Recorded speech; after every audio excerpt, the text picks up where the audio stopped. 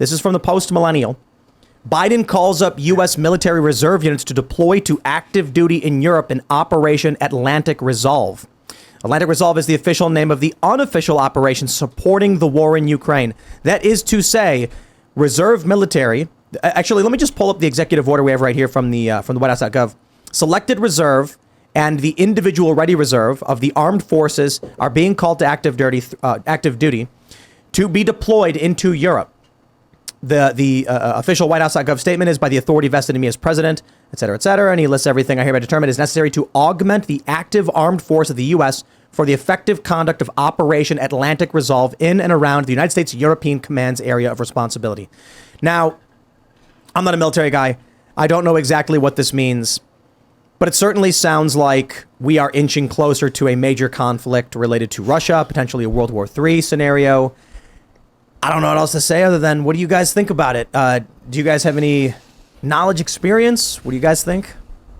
Yeah, I'm certainly frightened by the news. I'm probably not the person here who has the most expertise on military and foreign policy, but I think there's real reason to be concerned. Let's pray for this country and hope that we don't get dragged into a third world war, that this doesn't escalate into something that it doesn't need to be. It's like, I believe that there is God, that it's like a real structure, something that's happening, that's vibrating and causing things to form like they're happening, like cymatics, you see where sound can cause matter to change shape. And that maybe we're here to talk about this movie because this war stuff is out of our hands. We can only explain it. Yeah, It's a crazy time. yeah. I'll tell you this. I've been in Ukraine several times last year, and so my perspective is a little different. Where I actually liked what Trump said about I want people to stop dying. Yep. Like, well, let's de-escalate, not escalate. I spent time out there. Crazy story. Again, my wife. February 23rd, I think it was, last year, Russia invades Ukraine. My wife comes up to me in tears. Oh my gosh, you got to go to Ukraine and get those kids out. Like, what kids? Well, we adopt children out of Ukraine as part of one of the foundations that she runs called Children Need Families. We had 7 kids on the way out. And she's like, go get them. I'm like, oh, I'll call the team. She's like, no, you have to go. I'm like, Catherine, like, the bombs are dropping. Like, she's like, I know. And she's crying as she's saying it because she's very deliberate. So when she's irrational, it's God. I know that's God when she's saying... And I kid you not, and he can verify this story. 3 hours later, after Catherine's telling me this, I get a phone call from Mel Gibson. And Mel Gibson says, hey, I got these kids in Ukraine, these orphans who I think they're in the war zone. Can you go get them out? And I'm like, what? Like, 2 signs right there. Well, I've always been brought up with the notion that if your wife and Mel Gibson both tell you to do something, you probably better listen. You better listen. Anyway, we went out there, worked with a group called Aerial Recovery. I'm on their board, amazing group. 6,000 women and children we got out. So the suffering that we saw, and by the way, I won't get into this, except we found a pedophile group that was trafficking children out of Ukraine into Mexico, into Ecuador. Crazy case. Tony Robbins produced a docuseries about it. He's going to be a producer as well, but that's a different story. But my point is, stop de-escalating this thing. The pain that we're seeing, the suffering that we're seeing on the ground, the part that no one remembers. Traffickers call this harvest time. A war, a hurricane, an earthquake, in the aftermath. Harvest time. How is it a $150 billion business, human trafficking? How do you get that many kids into that black market? Harvest time. Wars. Hurricanes, earthquakes, and it's happening, and no one. That's the least reported thing. Kids losing their parents. Kids losing their parents. Displaced. A nice van pulls up. Hey, sweetie, get in the car. We'll take care of you. Next thing, they wake up in the Caribbean. Well, like in Haiti. I mean, tell the story when you went to save this little kid. What happened in the orphanage? I mean, that's crazy, man. How volunteers from all over the world going to Haiti to find children that they lost their parents because in one night. Thousands of children lost their parents, right? Yep. Wow. These traffickers just write orphanage on the wall. It's whether you think literally or figuratively, demonic. Oh yeah. Yep. And it is crazy to hear. You're telling the story. Here we are. We're going to talk about the film and your background. We're talking about the war, and here you are telling the story where your wife and Mel Gibson both call you and say, "Go save these kids." Part of me is like, I'm thinking there's a lot of people who wish they would have some kind of the purpose being laid right before them. You have a job. And I have to wonder, because I would imagine it's kind of scary, but it's also a situation where you can't say no. Exactly. Both of those. You know, people, I'm just as scared as anyone else going into Ukraine or going into these places. I'll say this, though, God is real and he loves children, because every time, once we're on the ground and looking and there, it goes away. I don't know. I can't explain it. It goes away. And I'm clear-minded. I'm not worried. I'm not afraid to die in that moment. Then afterwards, I come back. I just told you I can't watch Sound of Freedom. It triggers me. You know, I'm scared again after. You know, it's like God will bless you in the moment you're doing what He wants you to do, but then you got to deal with it before and after. So, what made you decide in the beginning to get involved rescuing kids? Well, I was, my first job was the CIA. I was there through 9/11. And when I learned about Mohammed Atta, who was a terrorist across over the border, Mexico into the U.S. and then launched his attack, I wanted to be on that border. So I trained anti-terrorism stuff. I have a graduate degree and a certificate in anti-terrorism. So I got put on that border. That's where I wanted to be. I speak Spanish. 6 months later, they asked me to be in the group, child crimes. And I said, no. I said, there's no way I'm going to go in that group. And my wife agreed with me. And then the next morning, before I said no, she didn't sleep all night. She was crying, and she said, we have to say yes. Oh my gosh, how can we be so fearful of our own pain that we would disregard severe pain beyond our comprehension of these children? So geez, I don't mean this is all about my wife today. No. She's an amazing woman. Sorry, this woman's dragging you to heaven, man. And I'm going kicking and screaming, but hopefully I'm going.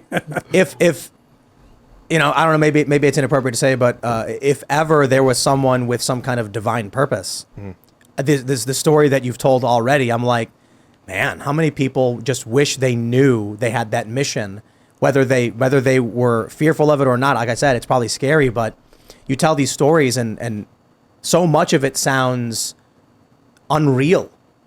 The line from your wife, the story from we'll get into the film story in a minute, but man, it really does feel like you have a purpose here that you are fulfilling.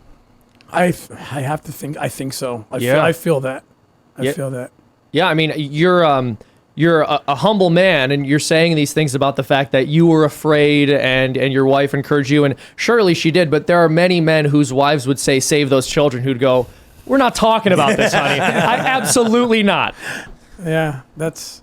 Like I said, her script was supposed to read, "Get your ass home because I got too many kids here." What would be like in the future? What would be your ideal outcome for you?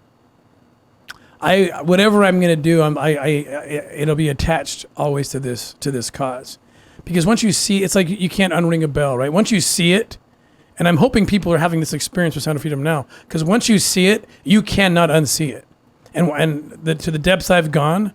It would be like I could never walk away from this work, you know, in some capacity. My undercover days are shot for sure. That's, you know, thanks to this guy. He ruined my undercover career. But maybe we'll inspire many more people. That's what we hope. Exactly. Yeah, that's what we hope. Tenfold, That's what we hope. hundredfold. That's right. Not to I mean, outside of that, we talk about the great work you've done. The film was masterfully done. I thought it was one of the best films I've seen in a very, very long time. Just in terms of the production, the pacing, the story, everything. I think you guys nailed it. It's you know, if you take a great story and you do it wrong, the story doesn't make it. You make a great film, you hit it out of the park. Now that story, that mission makes it somewhere. I think people often underestimate the importance of filmmaking and making sure people feel that emotion in that story. You know, I think for me as a producer, the number one thing that you need to have is the story. The story is like the soul of the movie. Without a good story, you have nothing, right? So when I met Tim Ballard 8 years ago in Los Angeles, California, I was with Alejandro Monteverde, my business partner. He's the director of the film, and he's the writer of the film as well, along with Rod Barr. And when we met him and he told us what he does around the world, him and his friends, his team, they travel around the world undercover, rescuing children that are kidnapped for sexual exploitation. Kids that are being abused 10 to 15 times a day for many years, and then after that, sometimes they don't want them anymore because they're not, They're not fresh meat anymore. That's the vocabulary that they use, right? So they go to this second business, which is organs traffic. They open them and they sell their organs. So when you heard things like this, man, you cannot look the other way around anymore. You have to do something. And I remember like yesterday when Tim Ballard looked at me and he said, Eduardo, Alejandro, I know it's very sad what I'm telling you. I know that it's very sad what I'm telling you about these children, the pain that they're going through, but it's more sad now that you know it. If you do nothing, what are you going to do? And I knew at that time, and Alejandro as well, that we had to do something. Well, we're filmmakers. We have a weapon of mass instruction and inspiration, right? Well, let's make a movie, because movies move people and media influence how people think. But let me ask you a few questions first. This is a global problem, right? Yes, especially US and Mexico. US is the number one consumer of child sex. Mexico, number one provider. Okay, Tim. You live in the most powerful country in the world. You have the technology, the intelligence, the money, the army, the police, everything. How come we don't finish this problem in the United States? And he said, because it's not a priority. It's not a priority. We are not the solution, Eduardo. I can be the solution for one child, for 1,000, for 3,000.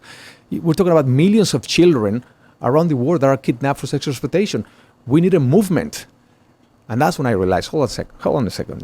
A movie has the potential to start a movement.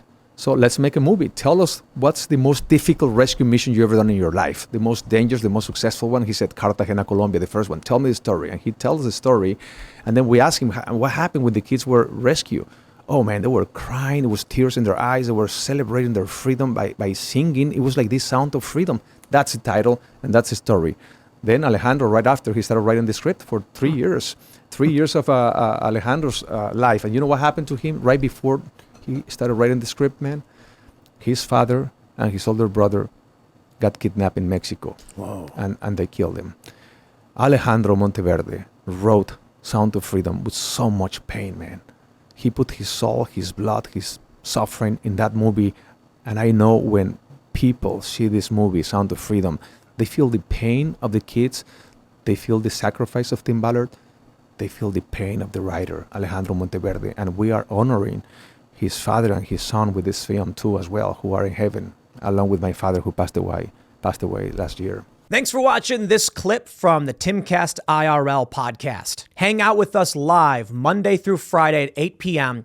and become a member over at timcast.com for uncensored, members-only shows exclusive. Thanks for hanging out, and we'll see you all next time.